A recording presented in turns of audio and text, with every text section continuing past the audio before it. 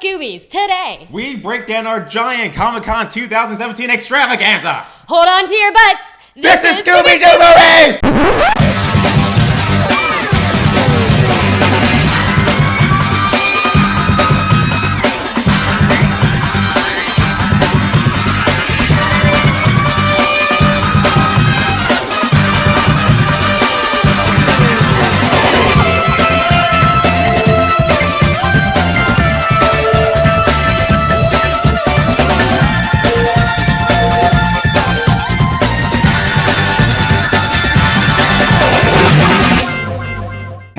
Fanboys and fangirls, I'm Andre.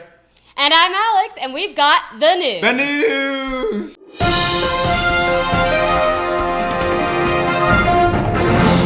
Oh man, Comic-Con 2017 just came to an end, and we got a lot to unpack. A whole lot to unpack today. Very exciting stuff. Very exciting stuff. We're starting off today with the DC panel headlined by the new Justice League trailer. Alex, let's discuss. Oh my god, the Justice League trailer was amazing. Sure. I'm so excited to see all these superheroes coming together.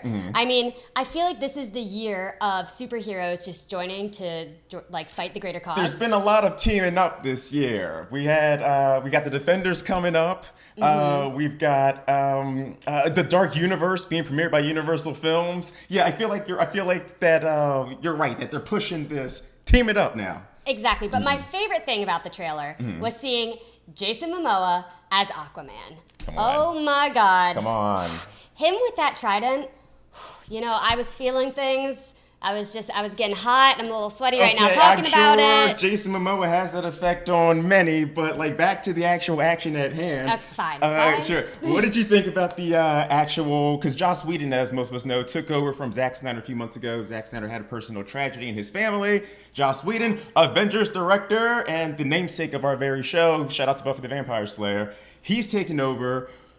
I felt as though I instantly noticed first of all, the difference in color palette between the original Justice League trailer that came out a few months ago and this one.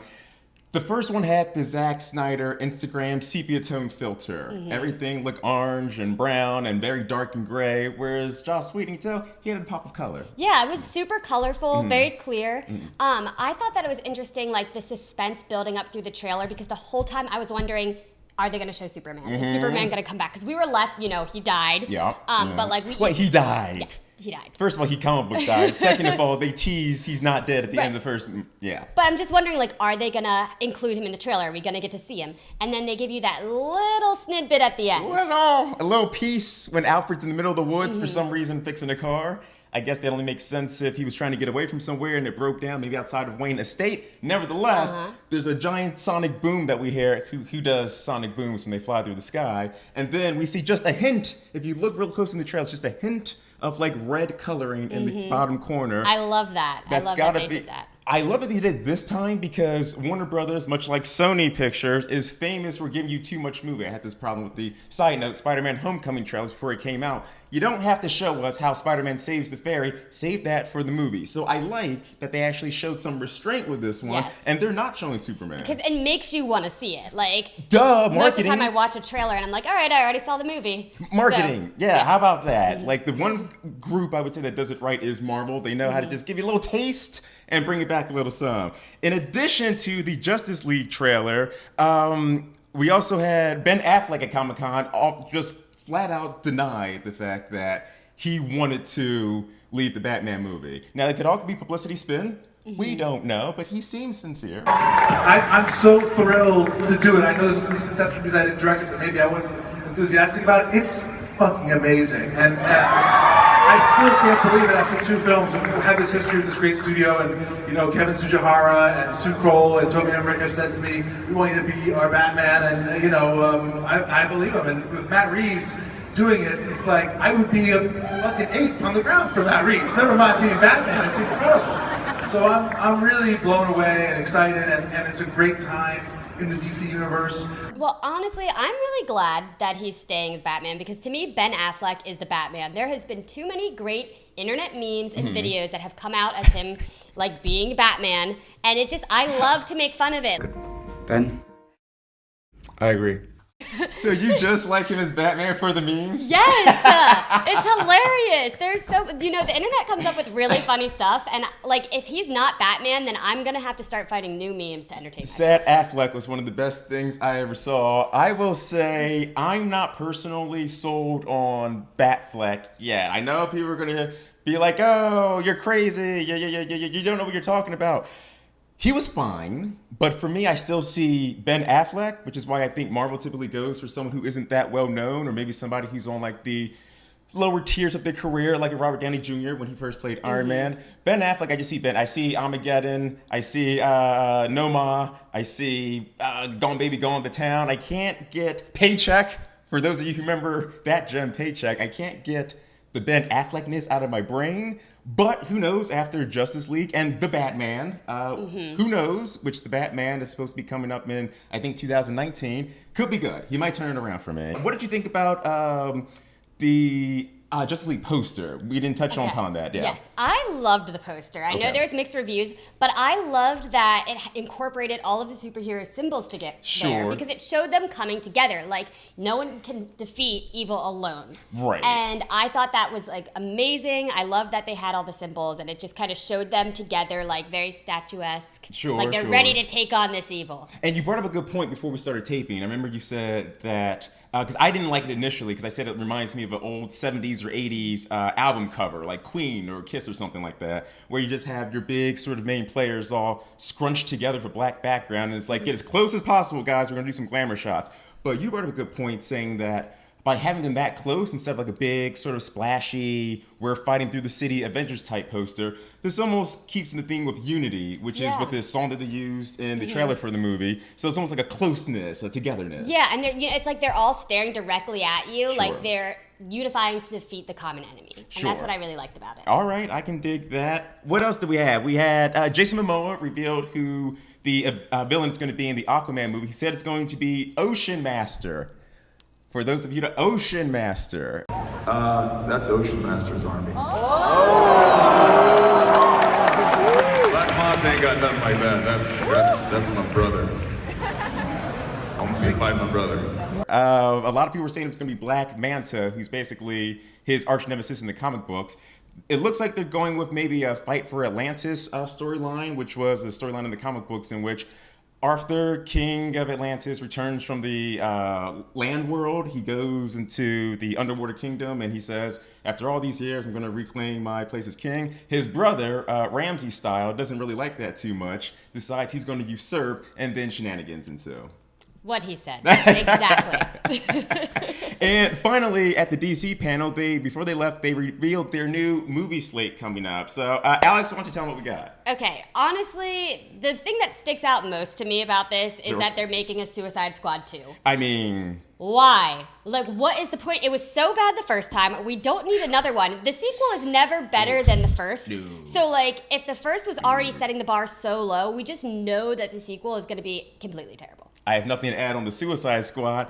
The only reason why I'm excited to see Shazam is because obviously The Rock is starring in it. You can't tell, he's on our wall somewhere. I think he is. You can see that right there. Yeah, like you got the Fast and Furious 7 over there. Like, not great movies. You know when I got back on the fast train? They are great movies.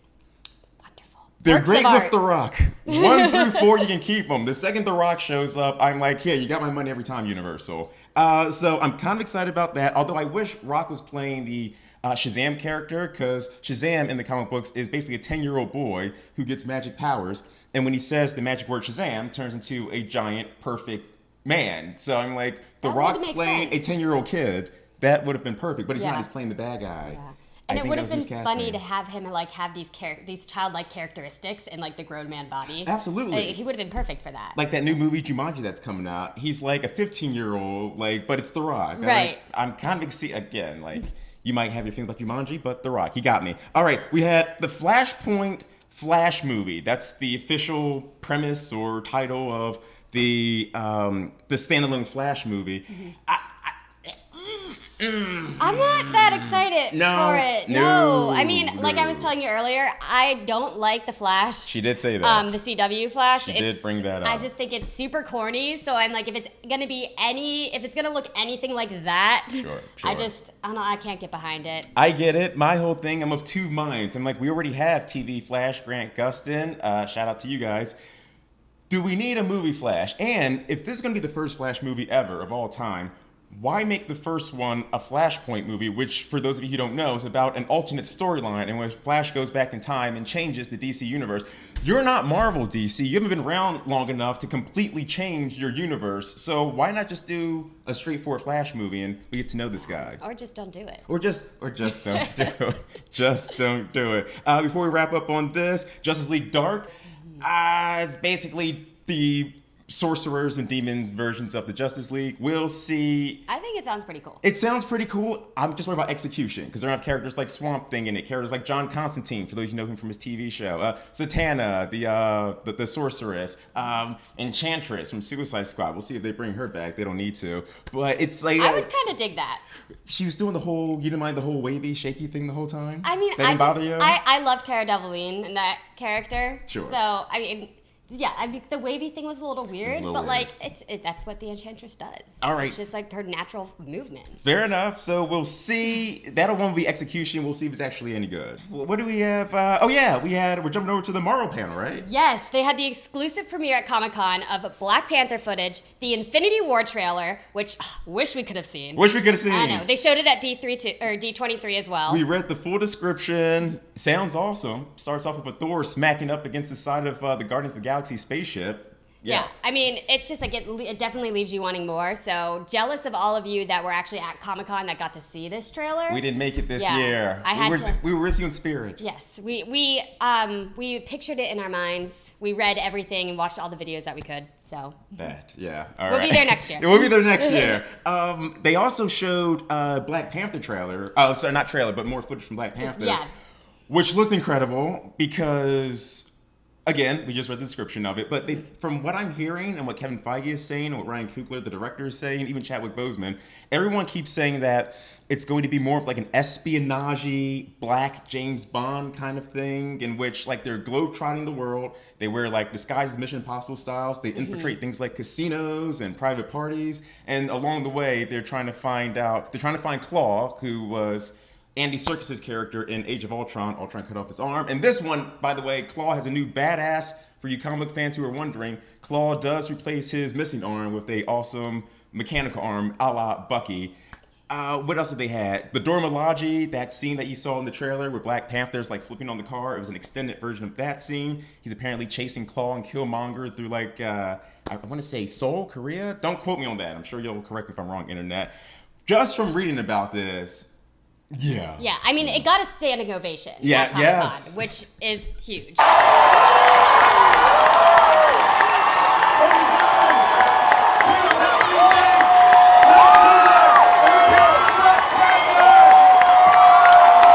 And I'm so excited they're finally making this film. I mean, Black Panther was the first black superhero in mainstream American comics. It's true. It took in '66. So it took a while, but we're there, and I'm really excited, and I think it's gonna be good stuff. I think it's gonna be good stuff. They also hit us with the Thor Ragnarok new trailer. Now, she told me her thoughts before recording.